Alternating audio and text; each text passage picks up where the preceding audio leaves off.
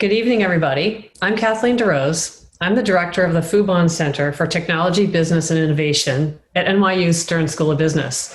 I'm really delighted to welcome you to our second Fintech Fireside Chat and to introduce our two guests this evening, Gareth Jones, the founder and managing partner of Fintech Collective, and Benjamin Dyett, a partner at the Deco Group. Welcome, gentlemen. Kathleen, thank you. Thanks very much for having both Benjamin and myself. Excited to be here.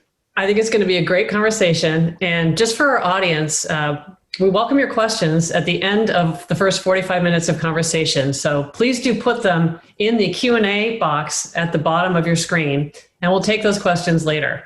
So let me just start by, first of all, again, giving you the most amazing warm welcome. Thanks for doing this fireside chat. It's going to be really fun. And maybe just start off with explaining to us a little bit, first of all, what is Fintech Collective? And then we'll talk about what is the Deco Group. Good. All right. So yes, I'm Gareth. I'm the Brit on today's panel. Kathleen, thank you for having us. NYU Stern, awesome. Thank you very much for having me this evening. Fintech Collective is an early stage venture capital firm. We love to back creators, entrepreneurs, who are actually reimagining the way that money flows through the world.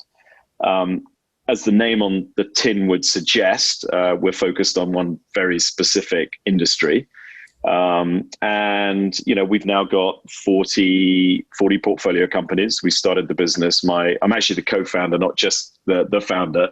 Co-founded it with my long-suffering business partner, Brooks Gibbons, who's American, from South Carolina, but we actually met in London, and that's a whole nother chapter that we can talk about. But Fintech Collective was started by Brooks and myself in 2012. We're 40 companies in the portfolio company, 40 companies in the portfolio now. We like to be early investors. So 70% of the checks that we've written have actually been into companies that are pre-revenue, which again, I think is an interesting point. And then slightly unique for a firm that focuses as early as we do invest globally as well. So we have portfolio companies in Nigeria. We have portfolio companies in Brazil and Mexico and Colombia. We obviously have a large number of companies here in North America, and also companies in the UK and mainland Europe as well. So again, focused on this thesis, and again, I'm sure Kathleen, we can unpack this as we get into it. A global thesis that we're actually chasing after. So that's a good sense of who we are and what we do. Cool. No, that's great. I just wanted to make sure we have a good introduction for you guys and your firms. And Ben, what is the Deco Group? What does Deco Group do? Oh, wow. Well, I'm the future of work side of this conversation, and I am half British by marriage. Me too. Yeah, haven't developed an accent, but probably won't either at this point in my life. But the Deco Group is, it's a flexible workspace consultancy. It's made up of 3 partners, all who are OGs from the co-working world. OG. Yeah, I'm an OG. Some young 20-something called me that one day. I almost punched them. You didn't have to ask what it was, though, so that's a good sign. Yeah. But there's me. I'm based in New York. My partner, Liz, is based in Austin, Texas, and she, in addition to consulting with the Deco Group, runs the largest worldwide co-working conference in existence. And my other partner, Christine, is a co-working operator from Toronto, Canada. So we cover a fair bit of ground, given our locations. And as I said, we're all sort of from the original co-working movement and have done extensive and various things in the co-working world. And now we basically work with real estate developers, asset owners, and we help them introduce flexible workspace in their buildings. We also still do a little work with existing co-working operators, helping them hone what they're doing. But right now, our main focus is with existing asset owners and trying to up the ante on those buildings. So many threads are coming together here where we've got the future of work and the future of finance, and actually a lot of finance now happening, outside of the traditional workplace. But I want to talk about your original origin story, how you two met, which was basically, starting fintech at one of these co-working spaces. So maybe just make the connection for our audience between you two gentlemen. Oh boy. Well, I founded and used to run a company called Grind. Grind was a sort of a new premium co-working space started in New York City. We ended up with 4 locations in Manhattan, 1 in Chicago, and Fintech Collective was one of our members in the early days. God, was it 2013, 2012, Benj, 2012. You came to Grind? We are OGs. Yeah, we were early. Yeah, we were early. So did Gareth walk in with his cup of tea and you had your cup of coffee and it was a meeting of the minds? No, actually. What was that first conversation? Well, it was actually Brooks. Brooks, actually, I'll credit Brooks with actually finding it. And he said, look, we got to go check this place out. It's really elegant. It's kind of the future of, what we think work will actually look like. And I have to say, I did walk in. And it was all glass, floor to ceiling glass windows. It was on Park Avenue South. It was just beautiful, clean white desks that were cleared every night. There was some nice little Knoll sofas that you could hide in. It was incredibly elegant. And so that's where we decided to plant ourselves. And it was, it was Brooks who walked me in there, and we were like, yeah, we were immediately sold. Much more appealing than sitting in one of those glass goldfish bowls at some of Grind's competitors at the time. So think about the future now, right? Where many finance companies have gone to work from home or partly work from home, and essentially like fulfilling this mission that we could really work from everywhere. And certainly we don't have to work from the staid, wooden paneled office with the green carpeting anymore. So can we bring this together and can I get from each of you some thought about what the next 5 years look like for, the future of financial work, automation, and then the future of work? Benjamin, you're in like the perfect place to talk about that. So maybe start with you. What do you see coming, especially for New York? Well, one thing that made Grind special, and what Gareth alluded to, was it was built around collaboration. Early stage, young, small, medium-sized companies can really put themselves at an advantage if they have the ability to tap into other minds that are sort of doing the same thing or doing similar things, or at least trying to figure out how to grow. And if you can share that collective information in an environment that encourages that and that supports that, that's an advantage you can't buy. And you certainly don't get being locked in a glass cube somewhere or in a wood-paneled office with green carpeting. So that's what Grind was all about. It was really focused on building a community of entrepreneurs that were willing to share and help each other when appropriate. I'm laughing about the green carpeting because I think my first gig in finance, I worked at a company where we had like a hierarchy of wastebasket colors based on your rank. So I'm excited to hear about this. This future sounds different and better. But you're talking about the collective spirit, the actual human capital connection that's now more challenging to sustain in an era of work from home. Or how do you see that evolving? Well, it's really fascinating. The future of work is going to be really interesting. I mean, the world has been disrupted by COVID. And I'm not sure who you're talking to, but everyone I'm talking to, no one wants to go back to the office 5 days a week. In fact, there was a recent study I just read, and it had a pretty good base, many thousands of responses. But of people working remotely right now, 98% of the respondents said they did not want to go back to the office full time. 98. Yeah. So we're looking at different world where companies who had 50,000 square foot of space packed solid with employees are going to need less space and with less density. And like better, less space means maybe better space. So if you're only there 1 day a week, it better be nice. So Gareth, you're in fintech, and a lot of fintech is about automation. Do you see the pandemic having accelerated existing trends? And maybe could you address some exciting things you're seeing in your portfolio companies around this, automation? Yeah, no, I think there's a couple of great things to unpack in that. COVID, without a doubt, has been a huge accelerant for the thesis that we're chasing after, and is really something that started when Brooks and I met back in 1999 as the internet was starting to come into the workplace.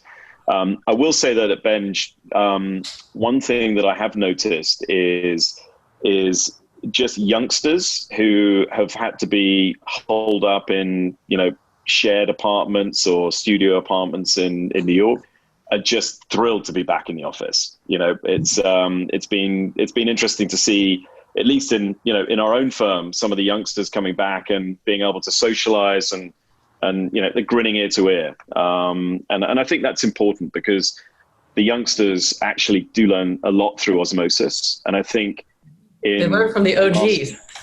They do. I mean, they learn from the OGs, and it's been really frustrating for me, who's now an OG, to have to live this highly scheduled life where I'm trying to make time for everyone. And it's no longer the sort of the elevator chat or the let's go to Pret a Manger and pick up a sandwich and have that conversation, albeit for 10 minutes on the fly. Everything is like, hey, have you got 10 minutes at 3:35? I really need to wedge you in between getting on another call. And I think there's a lot lost in that. So I'm excited that we've opened our office. We opened it on September the 8th. We're keeping it, sort of half capacity for now, keep the windows open. But it's been interesting to see, some of the younger team members actually get energized by being around live human beings. But look, I think in terms of the secular trend that we've been chasing, since starting the firm in 2012, I think this has only been an accelerant. We've seen it in a number of aspects. We've seen it in quotes from people like the Collison brothers who started Stripe. They've been obviously witnessing firsthand the shift to digital, both from a payments perspective, but everything online. So e-commerce, there's just been an enormous acceleration around that. I think there's some pretty interesting data that came out of, I think it came out of The Economist over the weekend. In the US, mobile banking traffic rose by 85%, and online banking registrations increased by 200% just in April. Yeah. So, and I think we've seen similar explosions of growth in things like e-commerce. And I think it's also, out of our own portfolio, we saw firsthand some pretty interesting examples of, I think, how technology is going to really pave the way forward. During the sort of the early days of the pandemic, when the government was trying to get PPP money into the right hands, and the incumbents were struggling. We had instances of portfolio companies screenshotting that they'd been given access to an entirely different company's financial information, and and money was not turning up in the right account, and that, I think, just and also stories of banks who are employing all of their first-year analysts just on reading documents, loan processing, basically. And we have a portfolio company called Ocrolus. It's based in New York. They're on a complete tear. If there's any talent watching tonight, they're always hiring. So look out for Ocrolus. But they were able to use computer vision effectively to scan through, or help both banks and actually some of these new players like Square rip through hundreds of thousands of pages of loan documents and actually extract the data that was needed and actually process those loans efficiently, quickly, and actually identify fraud. Yeah. And so things like that, I think, are just hugely important as we start to sort of try and remove some of the paper processes that are just incumbent in finance as a whole. It's interesting because technology has always had this promise, and certainly in both the industries you guys are in, to sort of make the world a better place. In the case of fintech, by lowering costs, making things more accessible, transparent, obviously more efficient, like you just described. And in the sharing economy for you, Benj, creating this sense of community and also just better, asset utilization. And I'm wondering if we could take that pandemic impact thinking and a little bit travel around the world with it, or travel around this region with it as well, and just talk a little bit about the differential impacts from place to place. So maybe, Ben, for you, how are things going to evolve with where people want to work, whether it's not just in the office or at home, but what kind of surroundings and location, and how do you see that impacting the New York metro area? And for you, Gareth, maybe just talk about what's happening fintech globally. Yeah, well, we're seeing it already. The real interesting thing that we're certainly getting a lot of questions about is everything was shut down for so many months, and now that things are slowly opening up. Where's the movement right now? Well, as far as flex workspace, the movement is really outside the urban centers. Mm-hmm. Flex space and co-working space in the suburbs is filling up fast. People are still home for the most part, but they don't want to be home all the time. And, the young people might be 2% of that survey, but and they like being in the office, but they don't even want to go back 5 days a week. So one of the questions that's going to have to be answered going forward is, okay, so everybody's going to go back 3 days a week. What happens to those other 2 days? They want to find a place to work where they can be productive and have collaboration opportunities that's near where they live. And right now that is outside the urban centers, and those spaces are filling up fast and growing. And they want to that also gives them the flexibility for those 2 days to be wherever they want to be. Are we going to see Grind 2.0 in some different destinations? Oh, absolutely. One of my favorites, I have a friend who runs a co-working space in Bali.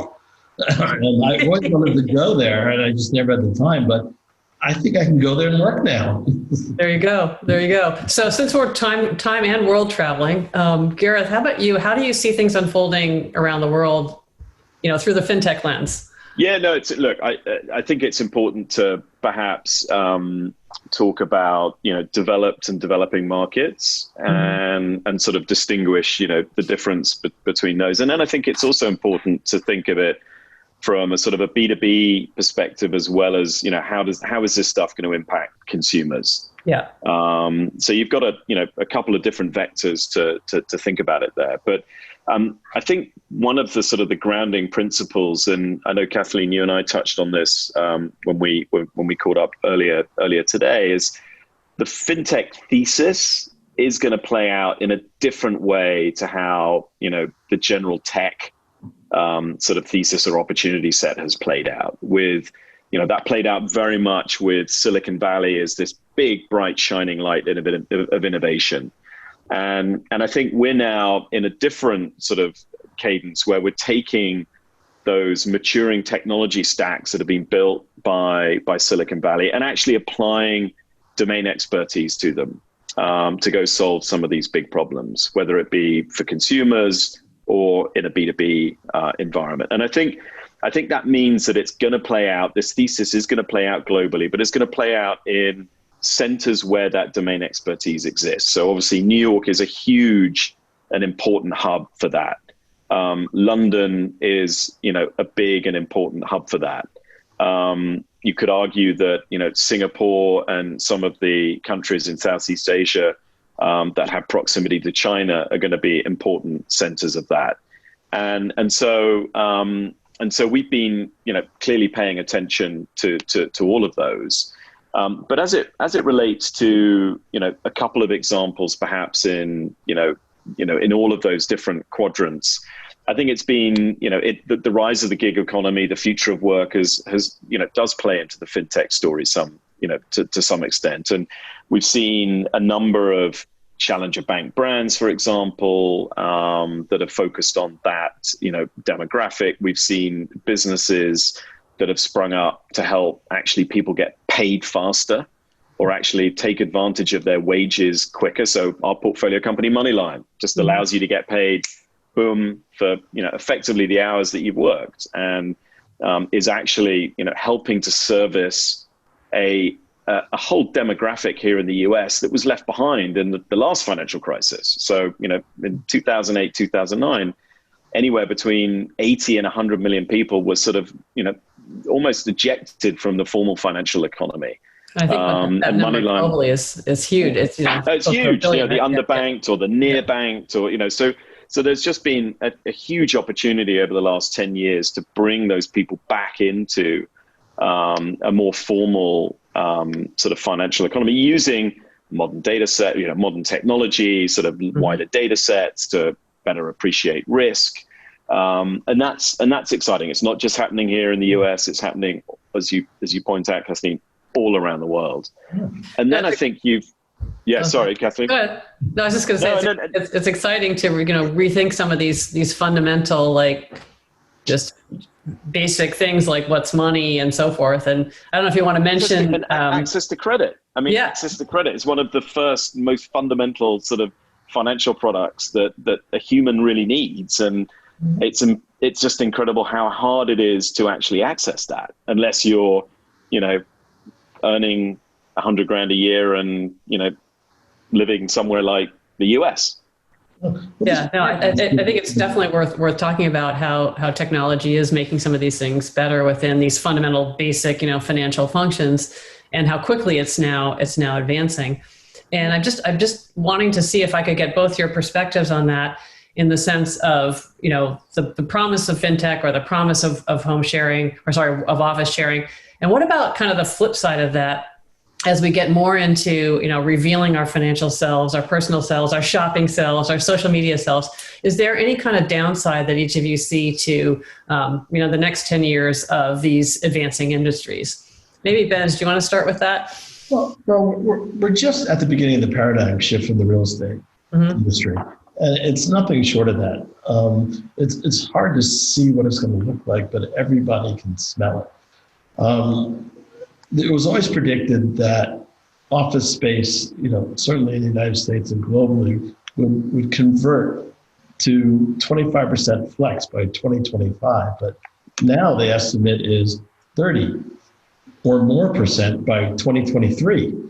So that is something that no one ever envisioned, no one ever imagined. And how will that change our lives is going to be really interesting. What you're going to see is the traditional asset owners, which have always been removed and hands off, are going to have to get in the flex space game. They're going to have waves of empty space that they're going to find themselves managing on their own. They'll have help, but instead of renting it out to tenants, medium and large, they're going to have to set up flex space and run it themselves. It gives them a more direct line to the profits, and that is what is going to make that shift okay, because they'll be able to, they'll be more involved, but they'll be able to profit at a greater level by managing the real estate themselves. But that is what's coming, and we'll see how that affects how buildings are financed. What will the institutions be looking for collateral, and how comfortable will they be with that structure of tenancy? It'll be interesting. That's interesting. So you're talking now, getting to the nitty gritty of these contracts, and kind of maybe I can leap a little bit to what it was like when you were competing with WeWorks. And there's a book about to come out called Billion Dollar Loser, talking about Adam Neumann, who you're competing with at the time. And there's kind of this apocryphal story in the book where you have a meeting of all the providers of office space that you guys are doing, and you're quoted as saying, you were competing with Adam Neumann, who everyone else had to make a profit except for Adam. And I'm just wondering if it's a good leaping off point to A, what you just alluded to, which is structure of financing for your industry changing, and then B, just talking about what's going on with fintech and valuations in general of unicorns and having to compete with a unicorn. So maybe share a little bit with the audience what that's like, and then project forward on, what the terms of competition might be in the shared workspace going forward? Well, there was a lot to learn there, and Gareth can comment on some of what I'm about to say. But at first, it was very confusing because we were running the same business or a similar business right next door, and we couldn't figure out where all that money was coming from and how he was doing it. In the early stages, nobody knew that he was backed by Boston Properties and then all the money from the Middle East and Japan. And we quickly figured out something funny was going on, but what it really made us do was go back to our fundamentals. We started the business out of faith and passion about building a collaborative workspace around a community. And as long as we focused on that, which was our main point of differentiation with WeWork. I mean, Adam was a great salesman, but what he was selling was a glass box in a floor. I mean, we were selling an actual living, breathing environment.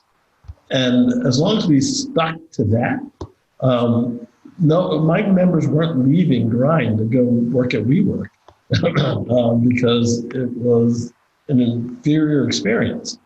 I mean, sure, we lost some people, but they usually went because the private equity money was giving them free rent. We go there, and once that free rent was done, they came back.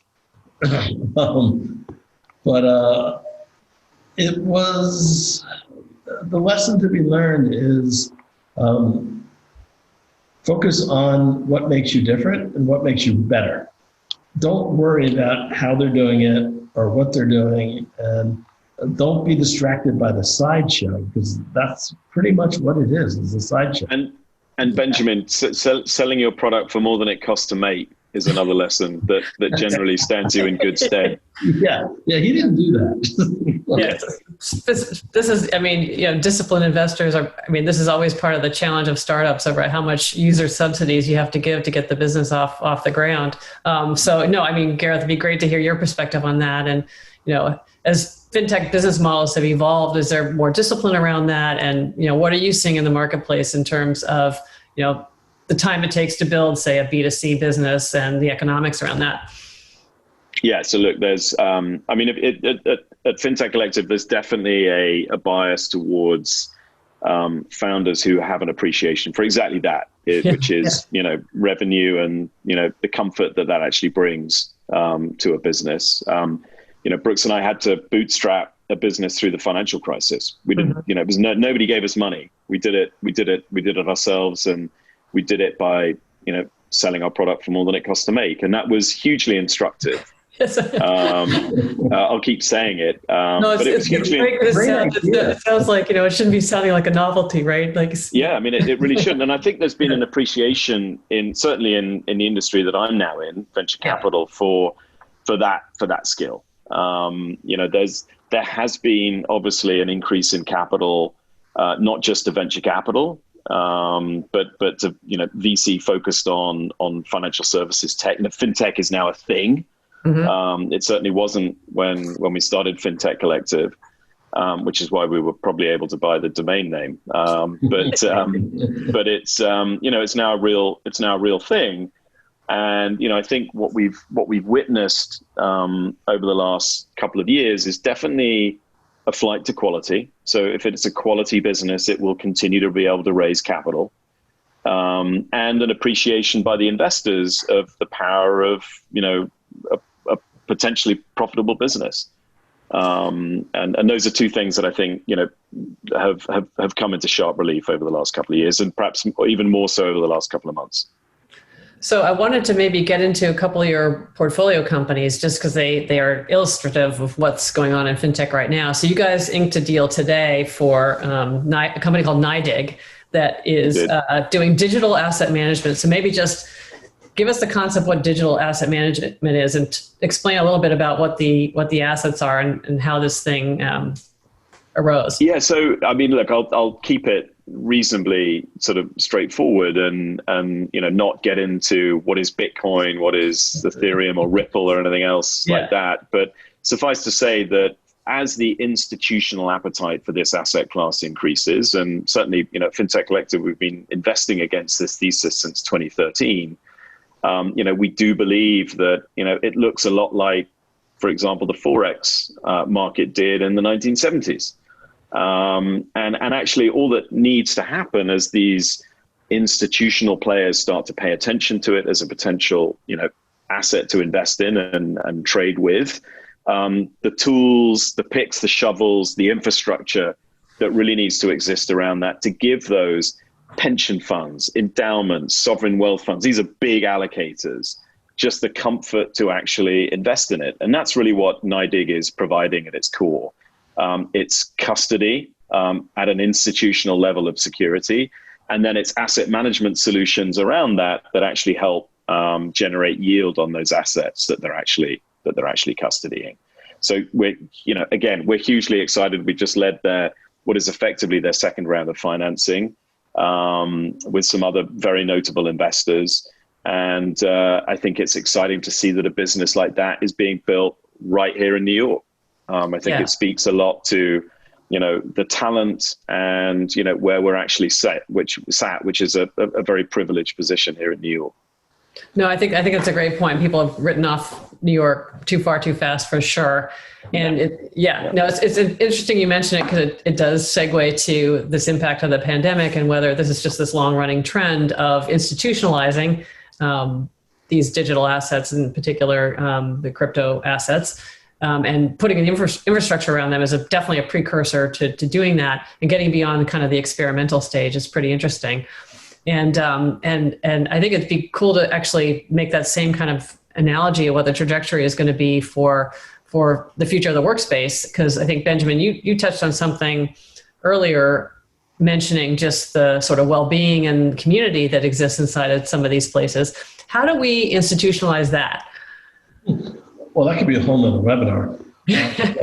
Because, as Gareth touched on before, this whole global pandemic and the isolation associated with it has been really hard on young people. Mm-hmm. And, mental health is a real issue now, and it will be a real issue going forward in every workplace. Loneliness, depression, these are things that are now are becoming part of the standard conversation with real estate asset owners and business owners, people that are responsible for their workplace communities. And the future is interesting. We're designing a space now, and that is primarily for enterprise users for those 2 days a week when they're not in the main office. It's a place for their workers to go to. And part of the plan is to have full-time mental health professional in place on staff. So people have someone to talk to. Yeah. So, at least the institutional operators are beginning to recognize that the health of their employees, especially their key employees, is critical to their success.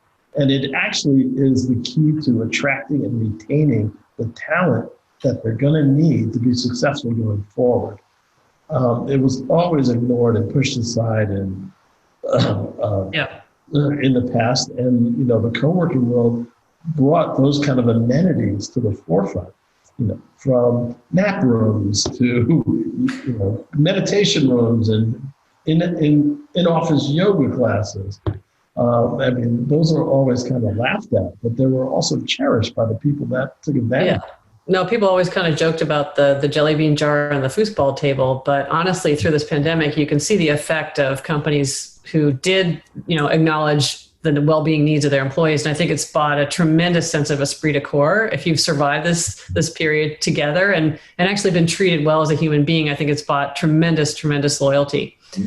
And so I want to switch tack. Amenities have to be amenities that the community wants, as opposed to things like Microsoft did, which is they would put, a full-time 24-hour bicycle shop in the middle of their office complex because they wanted people to stay and work longer. Right.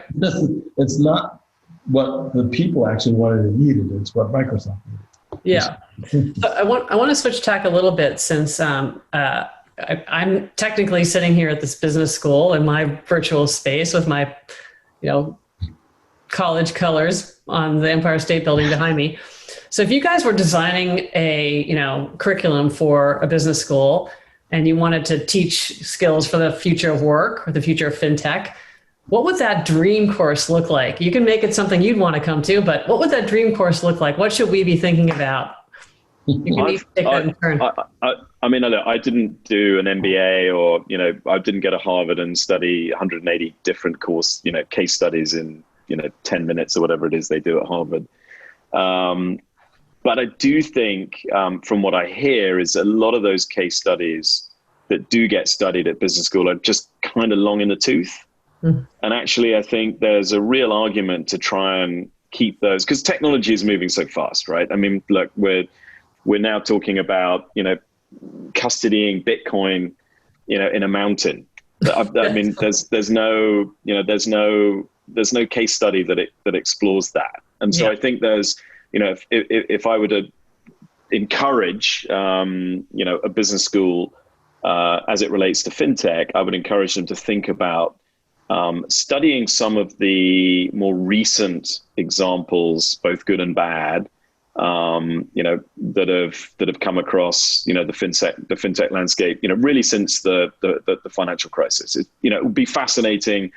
Everyone thought that Lending Club was kind of the thing, and it was going to just reinvent the way that the world worked, and that hasn't panned out as everyone thought it would. So, but getting some of those more modern case studies involved in the curriculum, I think would be really, really, really helpful.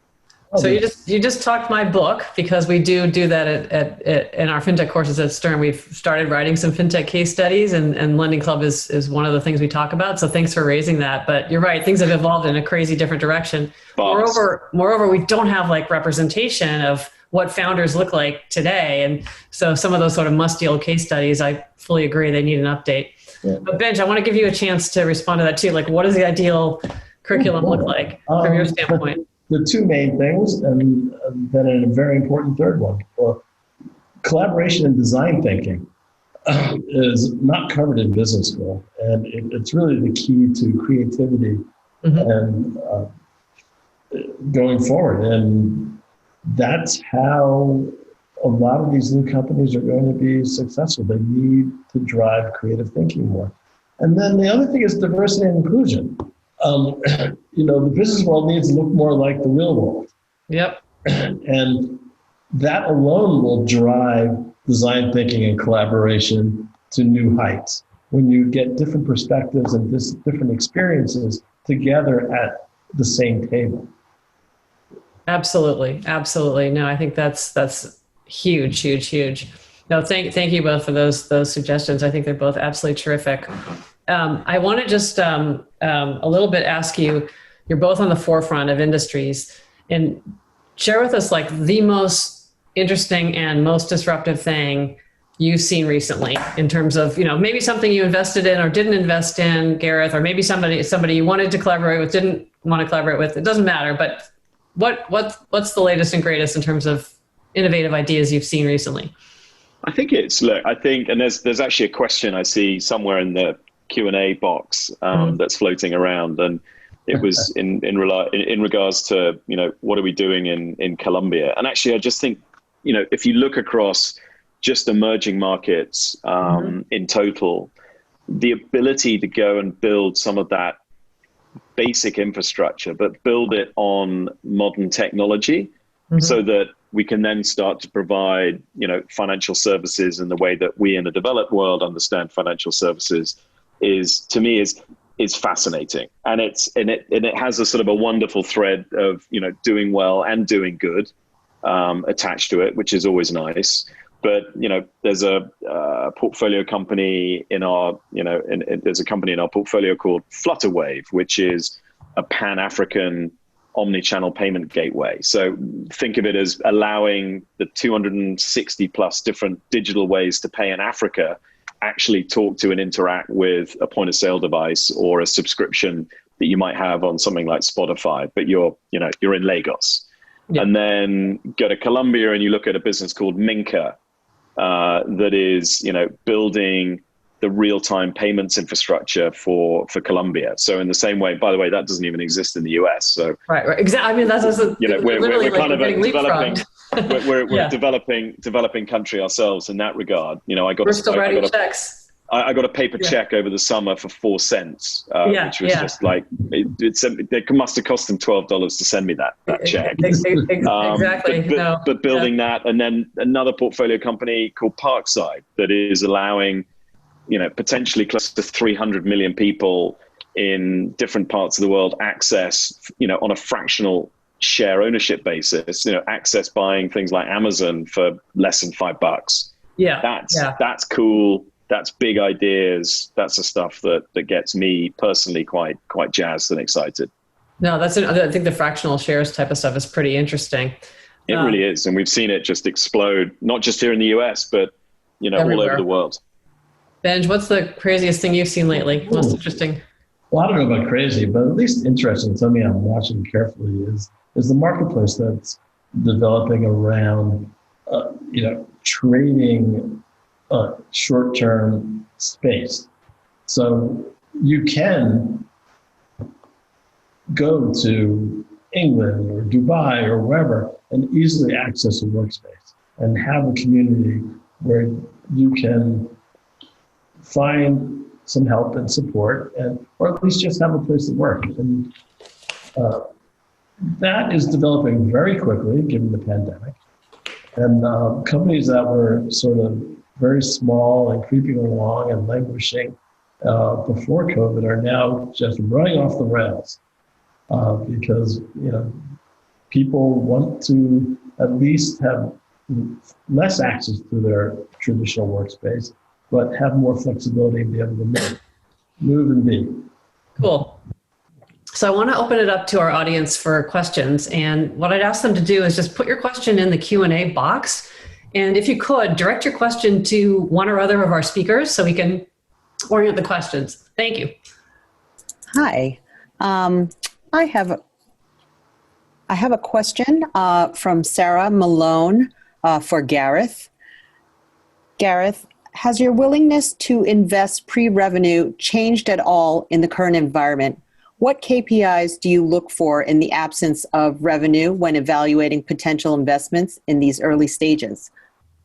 Yeah, super question. I think, there are no KPIs to look at in a pre-revenue business. It really is 98% about the humans that are actually going after the business opportunity. I mean, obviously you have to be convinced that the opportunity set is big enough and, they actually have the technical skills and capabilities on the team to go execute.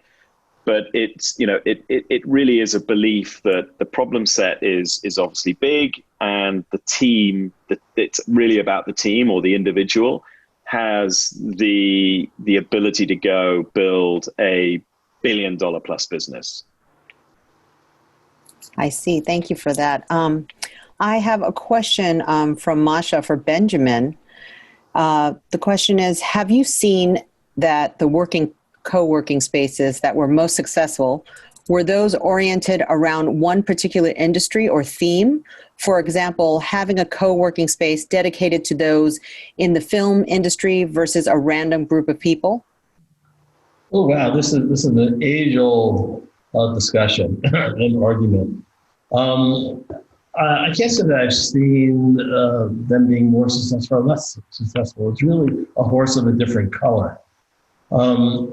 I have never been a big proponent of siloed co-working, where one industry is put together in a room, because everything I've seen in my entrepreneurial life, and I've seen a lot, has shown me that it's easier to be successful when you're pulling information and learning and experience from all different sectors. So putting a bunch of film people together in a co-working space kind of limits the experience that you'll have to draw on. I've been proven wrong. There are plenty of siloed co-working spaces that do very well and everybody's very happy. I just have never been a fan of the concept. And my spaces were very sort of diverse and multi-level co-working spaces where you had companies and individuals from every different industry and walk of life. And they were just incredibly vibrant community. You would be amazed at how, someone running a fintech company can be helped by, someone down the hall doing something completely different. And that's the power of a diverse community. Thank you. Thank you very much. I'm going to jump back to Gareth now and ask him from East, do you have any specific criteria you focus in choosing a startup for your fintech portfolio lately? Look, I think as myself and Brooks have been operators and entrepreneurs in fintech since we met age 27. I'm now 48. And, we've built and sold 4 businesses. And that informs a lot of, how we just think about the industry as a whole.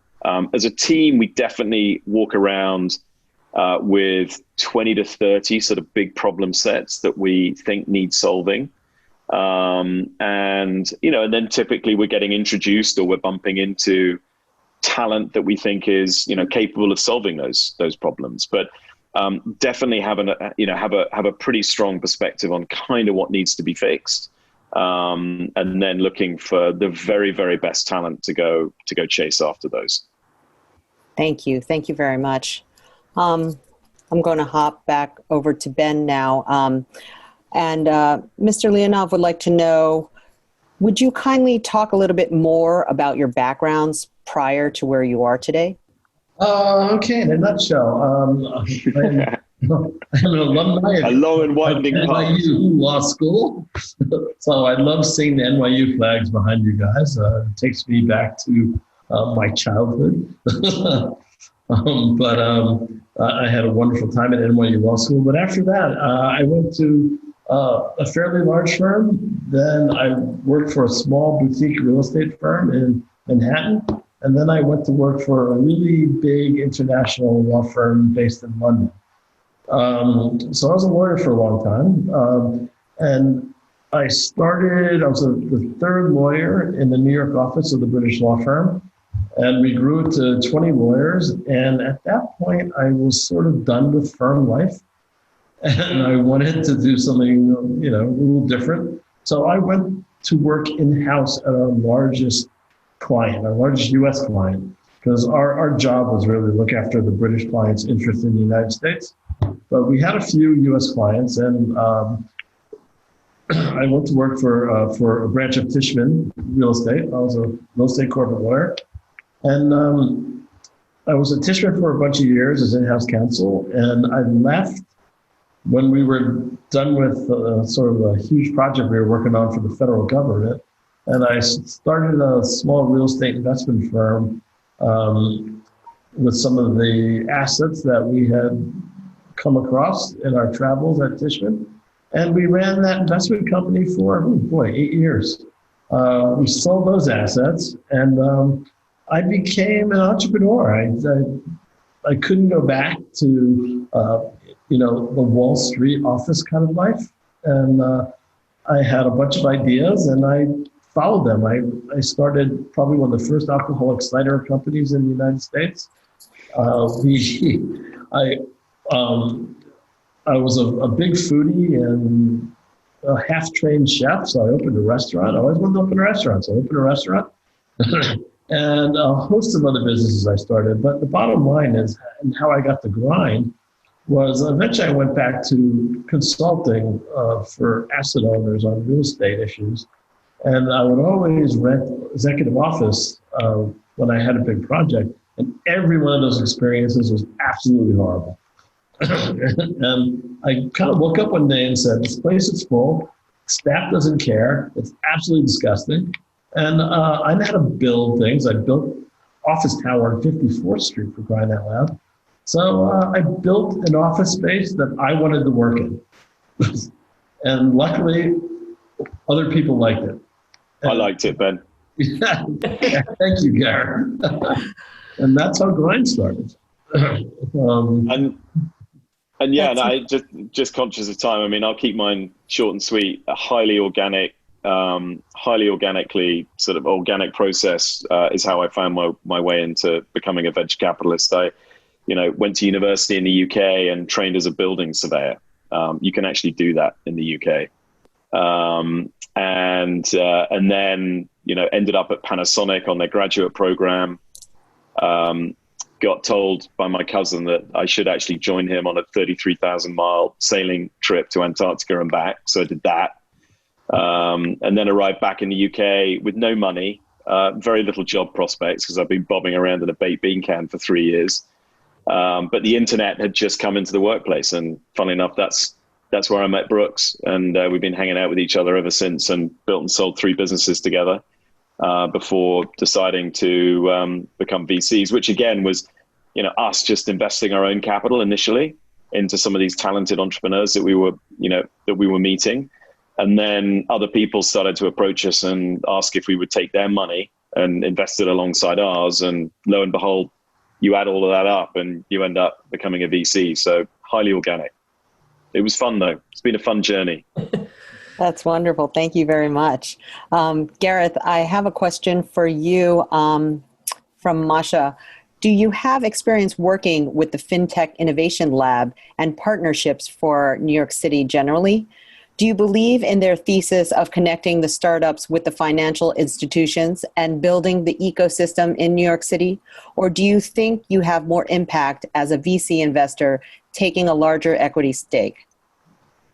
Look, I think what Maria Gotch has done with Partnership for New York is terrific. And I think it just, again, cements the importance of New York as a hub for innovation as it relates to financial services tech. I think they provide a very helpful resource for people who are building sort of B2B models and, capabilities that will help re-platform, the incumbents and the existing industry. A new challenger brand, I would argue, maybe not quite so helpful to engage with that group. But certainly if you're building something that's fixing post-trade settlement or something in the retirement space or some capabilities that are helping, risk analytics or underwriting, I would fully argue that they do a great job of bringing that connectivity to bear. And we've certainly had a handful of our portfolio companies participate in that program. They don't take a lot of equity, so it's actually a reasonably cost-efficient way of getting connected to very senior individuals in some very large financial institutions. And of course, we all know selling into those organizations can be a complete minefield. And so I think Maria's done a tremendous job building that program out with Partnership for New York, and we're a supporter of it. I think our logo is even on their website. Okay, wonderful. Thank you. I'll follow that question with another question for you. Joe would like to know, what technologies do you use to manage your portfolio, for example, holdings, risk, analytics? Are they mostly Excel-based tools, homegrown applications, or third-party applications? So when we started in Grind, and it was Brooks and me and a table and a phone and a couple of computers, it was Excel. Now that we've grown up, we're investing out of our third fund. It's a $150 million fund. We have very, very large, sophisticated investors as backers, big, state pension plans, sovereign wealth funds. We can't use an Excel spreadsheet anymore for that. And so we actually use a fintech business called Carter, and love what they do, really do. I think they've been tremendous partners of ours. Really very sophisticated and interesting tools that they provide. And I think they're going to do some pretty important things for us here in the world of like fund admin and even what they've got planned around potential exchange capabilities as well. Thank you. Thank you very much. The next question is for Ben from Mr. Canner. How did COVID change your success criteria in team formation, if it did? Interesting. Well, I'll tell you what it certainly has done. It shows you where you've made a mistake. I don't think the criteria has changed because, in a perfect world, you want to choose people who, are smart, who can think on their feet, independent, have a point of view, And self-starter, I always hated that word, but you want people who will treat the business as if it is their own. And that criteria doesn't change in COVID, because those are the people, if you choose right, who will get you through pandemics and crises like COVID. But you don't always choose correctly. And a pandemic and a crisis will immediately flag the people that can't get it done. So stick with the basics, stick with what you know, stick with, create a criteria that you can really rely on and trust. And you just have to trust it when the times get hard. Thank you. Thank you very much. I have one question for both of you, and it is, both of you have taken big risks in your life. Is that just how you're built? Or is it that something you recommend everyone does? Is that you believe everyone can do it? Yes, and I wouldn't necessarily categorize it as big risks. I think they were managed and well understood risks.